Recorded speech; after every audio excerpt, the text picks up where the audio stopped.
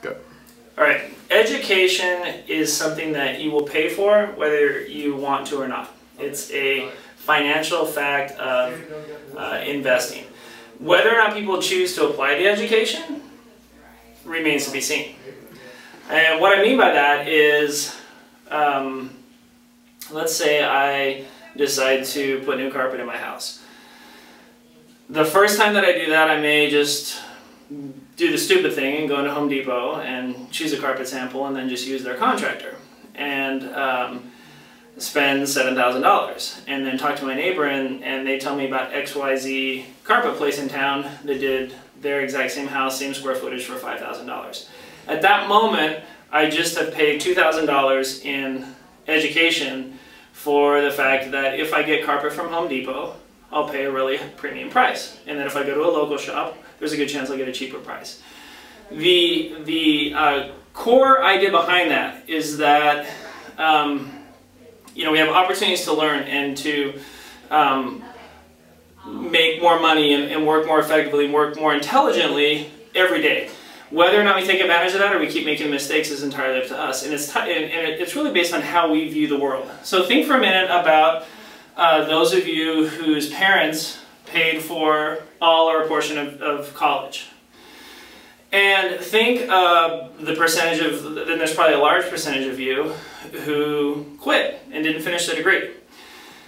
If you view that under the context of your parents helping you out and it wasn't the direction you wanted to go in life, you could make the case that that's just a cost of being a parent and something that you spend on your children. Another way you could view that, though, is money that your parents wasted on education that you chose not to apply. If you think about that in the context of real estate and learning about real estate, whether you pay someone to mentor you and pay someone to teach you, or whether you just try to do deals and figure it out, there's going to be a cost to that. So I learned a lot about real estate by just going out and trying to do deals. One of the first deals that I lost a lot of money on was a duplex that I purchased in California.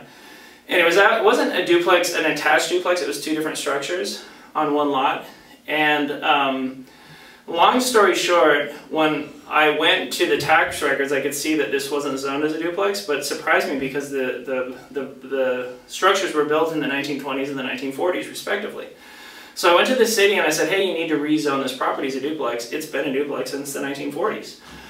And they said, oh yeah, you're right, that's odd. They sent the fire marshal out and he told me that the second structure that was built in the 1940s was built on the property line. It was a fire hazard. They could not grandfather it in, and that I had to tear the house down. So think how I felt because a property that I had purchased for $125,000 was hoping to sell for $200,000, all of a sudden was probably only worth about $75,000. So the reality was I paid $125,000 for what I thought was a duplex, but after having to tear down one of the units, I had a property that was only worth $75,000, not to mention the extra $15K that I spent tearing that structure down. So if you look at it, the money that I lost on a duplex under the context of education or tuition, I lost $50,000 in lost value, plus the $15,000 that I actually had to spend. So just on that one deal alone, I paid $65,000 in tuition. Now, if I would have simply paid $500 for title work before I did the deal, I would have learned that the property was not zoned as a duplex, which would have caused me to have questions, but I didn't do that. I skipped that step in the process. If I would have had a mentor, if I would have had a coach, if I would have had some kind of a framework to work within, or if I would have even just been paying someone, $5,000 a deal who had done a bunch of deals to help guide me through that process, then it would have been, in hindsight, it would have been worth its weight in gold. There's a lot of coaching, mentoring, education type programs out there, and there's a lot of people that are willing to take money to help you buy deals, whether they be flips or cash flow properties. And all it takes is one deal gone bad for you to see how relatively cheap the tuition is of finding someone to help walk you through that process. Now obviously, if that would have been the last deal that I had done, then it would have just been money that I lost. Okay, it would not have been tuition, because in my opinion, it's only tuition if you continue to apply it. If you go forward and you keep trying to do more deals. And I can say, just based on that one lesson, I always get title work on every property that I buy. But those are the kinds of things that someone who's been there and done that can help guide you through, and it's worth its weight in gold to pay that.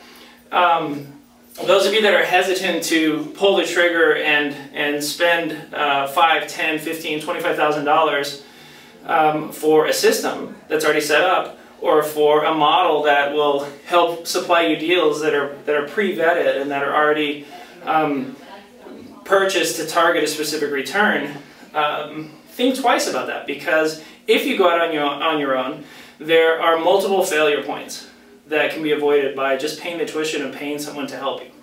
And so keep that whole concept in mind as you weigh, do I just want to spend $10 on a book and try to wing it?